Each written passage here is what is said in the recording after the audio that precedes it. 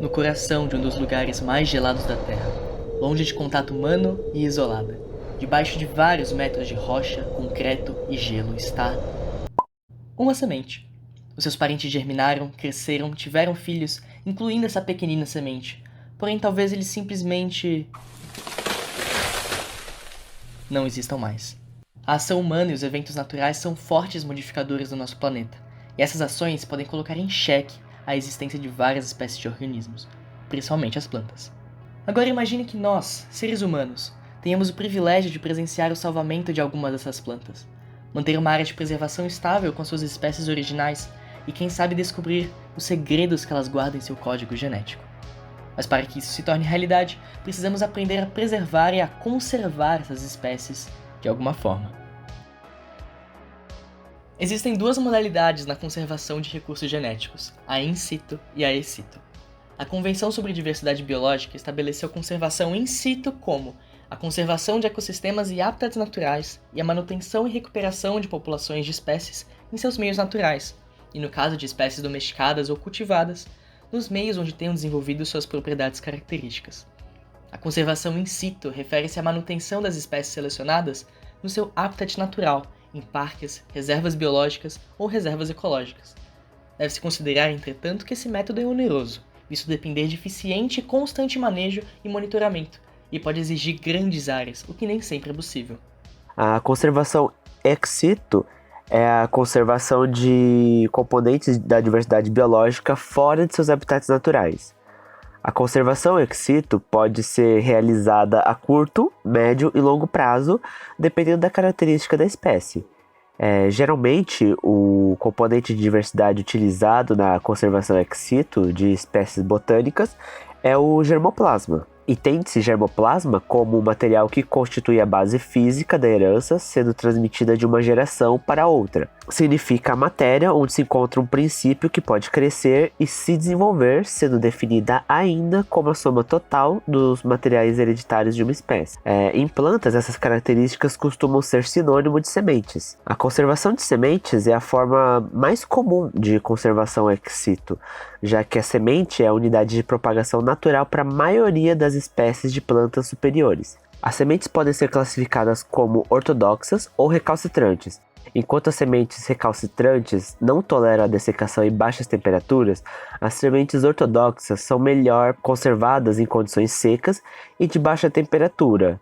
Amostras de sementes, propágulos, meristemas, embriões e plantas são conservados em câmaras frias, criotanques ou a campo. As amostras de germoplasma que representam a variação genética de uma população são denominadas de acessos de germoplasma. As coleções de germoplasma são conjuntos de genótipos representativos da variabilidade genética da espécie objeto da conservação. Para o caso da conservação ex situ, são as seguintes as principais modalidades: coleção de base, coleção ativa, coleção de trabalho, coleção a campo, coleção in vitro, coleção em criopreservação, coleção nuclear e banco genômico. A coleção base agrupa a variabilidade possível das espécies-alvo, incluindo parentais selvagens, cultivares tradicionais e elites, e tem a função de conservação do germoplasma a longo prazo e como precaução contra possíveis perdas, e não para distribuição ou intercâmbio. As coleções bases são mantidas por instituições nacionais ou internacionais.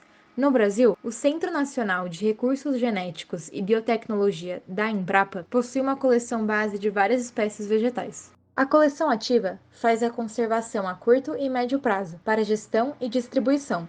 Nestes locais são mantidas amostras oriundas de coleções base, dedicando-se à avaliação, documentação e intercâmbio de germoplasma. A Embrapa Soja, em Londrina, possui um banco ativo de germoplasma de soja. A coleção nuclear reúne a maior variabilidade genética de uma espécie no menor número possível de amostras. Os acessos duplicados são eliminados, diminuindo o número de amostras similares. Visa facilitar a gestão e fomentar a utilização de germoplasma. A coleção de trabalho, ou do melhorista, fornece material para o melhorista ou para instituições de pesquisa que fazem melhoramento. As sementes são conservadas a curto prazo e a coleção é sempre de tamanho limitado e geralmente composta por germoplasma elite. Muitas espécies produzem sementes ortodoxas, isto é, sementes que podem ser desidratadas para aproximadamente 5% do teor de umidade inicial e armazenadas a aproximadamente 18 graus negativos. Nessas condições, A longevidade das sementes pode ser prolongada por muitas décadas, portanto, é a estratégia adotada pela maioria dos bancos de sementes. Entretanto, existem sementes muito sensíveis, conhecidas como recalcitrantes ou moderadamente sensíveis, intermediárias à desidratação e ao congelamento, que não sobrevivem ao armazenamento em tais condições. Estas sementes permanecem sensíveis à desidratação durante o desenvolvimento e após a dispersão, e são caracterizadas por apresentar um curto período de vida pós-colheita de dias ou meses, ou, no caso de espécies de clima temperado, 1 ou 2 anos, dependendo do quanto tais sementes possam tolerar baixas temperaturas. Além de problemas relacionados à recalcitrância, várias outras espécies de plantas necessitam de procedimentos de conservação alternativos. Este é o caso de espécies que se propagam exclusivamente por propagação vegetativa, pois não produzem sementes viáveis, elas apresentam intensa heterozigosidade ou expressão de caracteres indesejáveis na população e são espécies arbóreas de grande porte que demoram muitos anos para passar do estágio juvenil para o estágio adulto reprodutivo. Nestes casos, o mais utilizado é a conservação de outro propágulo, que não a semente. Estas espécies problema têm sido mantidas em bancos no campo, casas de vegetação ou em bancos de germoplasma in vitro. O germoplasma pode ser definido como o conjunto de genótipos de uma espécie, considerada como um todo. De uma forma mais simples, germoplasma é o conjunto de genótipos que podem doar genes para determinada espécie. Portanto, germoplasma é a fonte da variabilidade genética disponível para o melhoramento de plantas. Os bancos de germoplasma seguem uma organização própria, conforme pode-se observar. Fazendo uma comparação, é como se tivéssemos um álbum de fotos com muitas pastas, e dentro dessas pastas, diversas fotografias, nos mais variados ângulos. O álbum equivale ao banco de germoplasma. As pastas são as espécies que estão ali guardadas, e as fotos representam os diferentes materiais genéticos, que são chamados de acessos. Dessa forma, os pesquisadores conseguem não só proteger a diversidade genética dos organismos vivos, mas também podem acessar esse material e utilizá-lo nos experimentos de melhoramento genético de plantas. O maior banco de germoplasma do mundo é o Banco Mundial de Sementes de Svalbard, um enorme cofre enterrado em uma montanha de gelo de uma ilha no norte da Noruega. O acervo compõe a maior coleção genética de plantas do mundo, com cerca de 1 milhão de sementes vindas de todas as partes do globo, incluindo espécies brasileiras. O banco foi planejado para resistir às mais variadas catástrofes climáticas, abalos sísmicos e até explosões nucleares. As remessas mais recentes saídas do Brasil foram no início de janeiro de 2020, e incluíram sementes de arroz, de milho, de cebola, de pimentas e de cucurbitáceas, a família de vegetais que engloba a abóbora, a melancia e o pepino. Já o maior banco de sementes brasileiro pertence à Embrapa, o Senargem, localizado em Brasília. A instituição reúne ativos biológicos vindo de 31 unidades da Embrapa e conta com o trabalho de 8 mil funcionários, 2 mil pesquisadores e possui cerca de 140 mil acessos. Além de fazer a conservação em si, os bancos de germoplasma também fazem a caracterização e avaliação do germoplasma. Para cada espécie, existe um grupo de descritores mínimos que deve ser relatado para cada genótipo, entre os quais alguns dados de características agronômicas.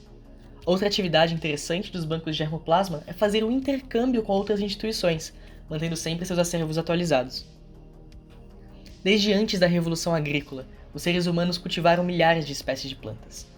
A disponibilidade botânica foi uma das grandes chaves para tornar a vida humana atual possível. Graças aos acervos genéticos e bancos de germoplasma, podemos ter certeza de que, não importa o que aconteça, muitas dessas espécies ainda estarão a salvo, e quem sabe um dia, prontas para germinar, crescer e se reproduzir.